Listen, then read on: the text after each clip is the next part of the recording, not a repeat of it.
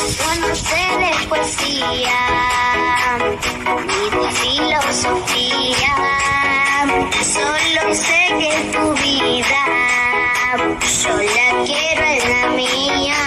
Yo no sé cómo hacer para no tenerte, las ganas que yo tengo. ¿Cómo hacer para no quererte? Nadie como tú, no hay un sustituto. Un beso como tuyo que a mí ya me tiene cuco. En un rato te busco, voy y te hago rumbo. No hay nadie como tú, porque no hay nadie como tú. No hay nadie como tú.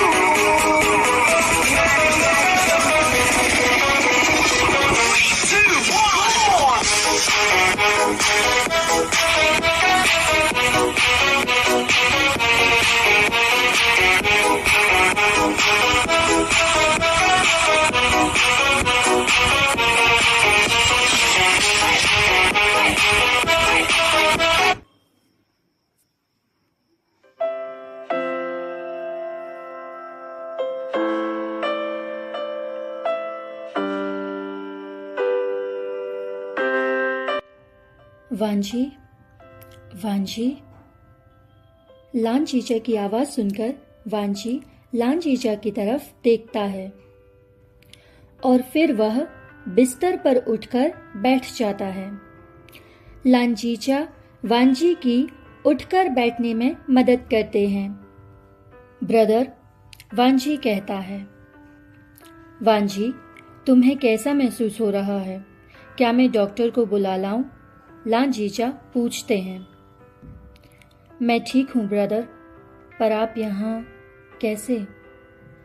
मुझे तुम्हारे इस accident के बारे में news से पता चला। वांझी, आखिर तुम यह सब करना कब बंद करोगे? माना कि तुम एक पुलिस ऑफिसर हो, लेकिन अपनी जान इस तरीके से दांव पर लगा देना समझदार व्यक्ति की निशानी नहीं है वांझी। अगर तुम्हें कुछ हो जाता तो? ब्रदर, आप इतनी जल्दी टेंशन में क्यों आ जाते हैं? वांझी की यह बात सुनकर लान चीचा लान वांझी का गाल सहलाने लगते हैं और फिर कहते हैं कि मैं टेंशन में आ जाता हूं? अपनी हालत देखी है? तुम सोच भी नहीं सकते, जब मैंने यह सब न्यूज़ में सुना तो मुझे कैसा महसूस हो रहा था। Sorry brother. वांझी, मुझे तुम्हारा सॉरी नहीं चाहिए। पर ब्रदर। वांझी, जब तुम्हें पुलिस की नौकरी करनी थी तब मैंने ही मॉम डैड से तुम्हारे लिए परमिशन ली थी। पर क्या तुम्हें लगता है कि हम यह सब देख सकते हैं? हमें तुम्हारी टेंशन होती है वांझी, और अगर तुम्हें कुछ हो गया तो खास करके मैं अपने आप को तो कभी माफ नहीं कर पाऊंगा। भले ही मुझे तुम्हारी खुशी की चिंता है, लेकिन उसके लिए मैं तुम्हें खोना नहीं चाहता। और पिताजी को भी तुम्हारे इस एक्सीडेंट के बारे में पता चल गया है, और माँ को भी। पिताजी भी यहाँ आने वाले थे, लेकिन मैंने उन्हें रोक लिया। और माँ की तबीयत तुम जानते ही हो, वे तो अपने कमरे से बाहर तक नहीं निकल पाती।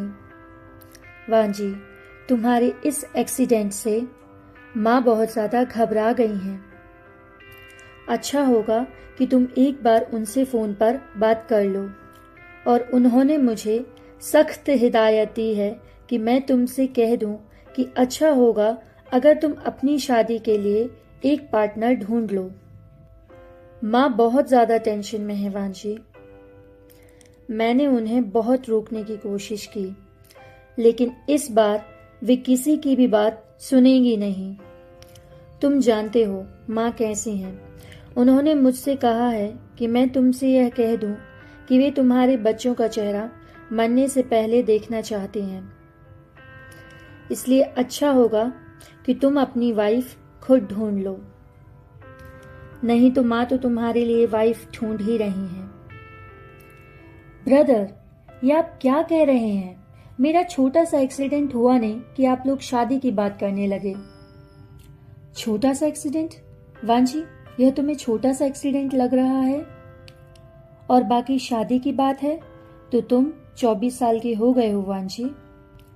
माँ तो तुम्हारी शादी पिछले 1 साल से करा देना चाहती हैं, लेकिन हम सब के कहने पर वे चुप हो जाया करती थीं। लेकिन अब वे तुम्हारी शादी करवा के ही रहेंगी, और इस बार तो मैं भी माँ को नहीं रोकूंगा। सब तुम्हारी गलती है। ब्रदर, अब भी। वांजी, इस बार मैं तुम्हारी कोई भी सिफारिश नहीं करूंगा। इस बार मैं भी बहुत घबरा गया हूं बेटा। ठीक है, मैं इस केस के सॉल्व हो जाने के बाद इस बारे में ज़रूर सोचूंगा। तभी वहाँ दरवाज़ा खोलकर एक डॉक्टर अंदर आ जाता है। हेलो, मेरा नाम डॉक्टर वूजियान है और मैंने ही आपका ट्रीटमेंट किया था। अगर आप लेट जाएं तो मैं एक बार आपके स्टिचेस देखना चाहूँगा। डॉक्टर की बात सुनकर वांजी लेट जाता है। क्या आपको यहाँ दर्द हो रहा है? डॉक्टर वूजियान पूछते हैं। हाँ, वांजी कहता है। क्या आपको यहाँ दर्द हो रहा है? हाँ, नहीं, वांजी कहता है। क्या आपको किसी भी तरह की परेशानी हो रही है, जैसे सिर दर्द होना, उल्टी होने की, सिर भारी होना, स्टिचेस में दर्द होना? नहीं, मैं बस उठकर बैठना चाहता हूँ। लेटे लेटे थक गया हूँ, वांजी कहता है। ठीक है, अब आप उठकर बैठ सकते हैं, डॉक्टर वूजियान कहते हैं। डॉक्टर, क्या वांजी ठीक है? लान जीजा पूछते हैं। Of course, he is absolutely fine, doctor वूजियान कहते हैं। Oh, thank God. क्या मैं उसे घर ले जा सकता हूँ डॉक्टर? जीजा फिर पूछते हैं। जी ज़रूर, ले जा सकते हैं, बस ड्रेसिंग का ख्याल रखिएगा।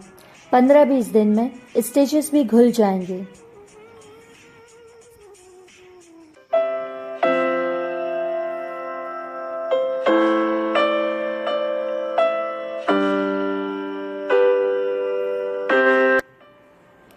योआन, तुम्हें तो 30 मिनट पहले ही सो जाना चाहिए था।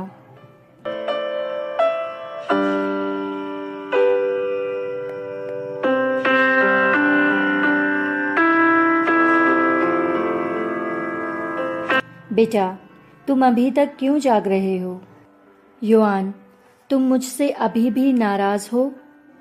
योआन, मैं जानता हूँ कि मैं अपने काम की वजह से तुम्हें ज़्यादा समय नहीं दे पा रहा हूँ, और मैं इसके लिए तुमसे माफ़ी मांगता हूँ बेटा। और जिस बात के लिए तुम मुझसे नाराज़ हो, मैं उसके लिए भी कोशिश कर रहा हूँ। बहुत जल्द मैं तुम्हारे लिए एक अच्छी माँ लेकर आऊँगा, लेकिन मुझे उसके लिए थोड़ा समय चाहिए।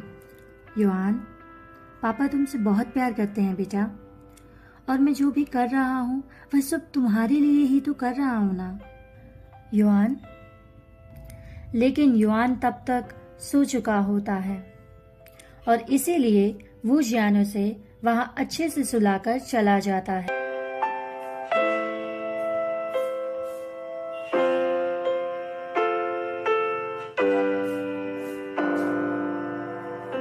लेकिन डॉक्टर वूजियान के जाते ही योआन उठकर बैठ जाता है और अपने तकिए के नीचे से ऑफिसर वांजी का दिया हुआ कीचेन और रूमाल निकालता है और उसे सूंघने लगता है, और वह ऑफिसर वांजी को याद करने लगता है और फिर अपने पिता को भी याद करने लगता है।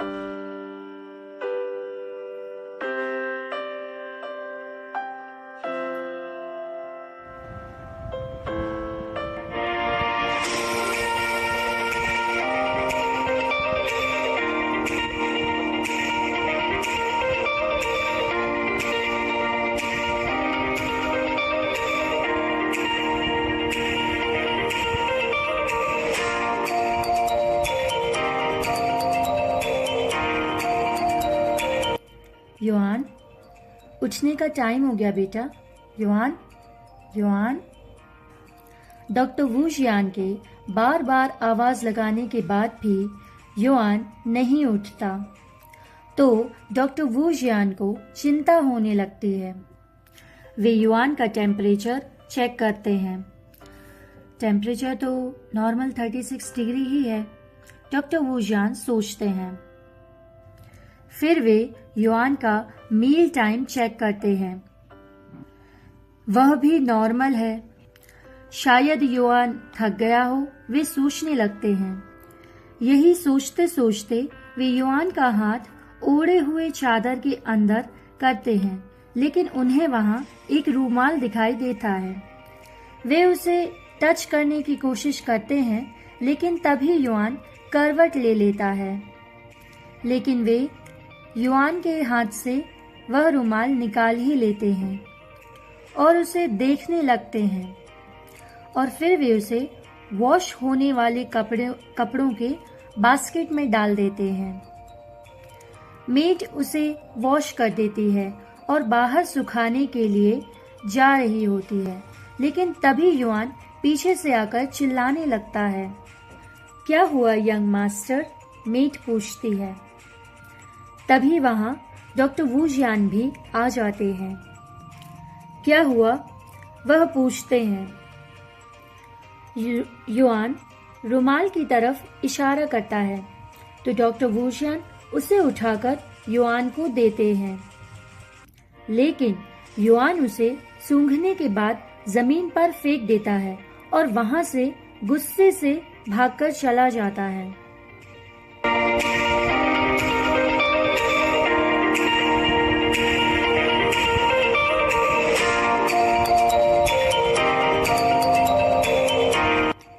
यंग मास्टर को क्या हुआ सर? मिसेस लिू पूछती हैं। पता नहीं मिसेस लिू, डॉक्टर वू जियान कहते हैं।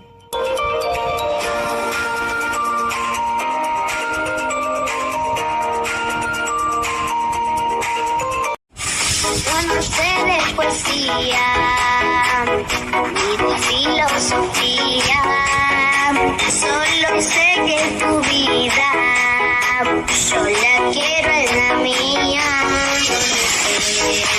¿Cómo hacer para no tenerte las ganas que yo tengo? ¿Cómo hacer para no quererte? Nadie como tú, no hay un sustituto. Pase como tuyo que a mí ya me tiene cuco. En un rato te busco, voy y te acurruco. No hay nadie como tú, porque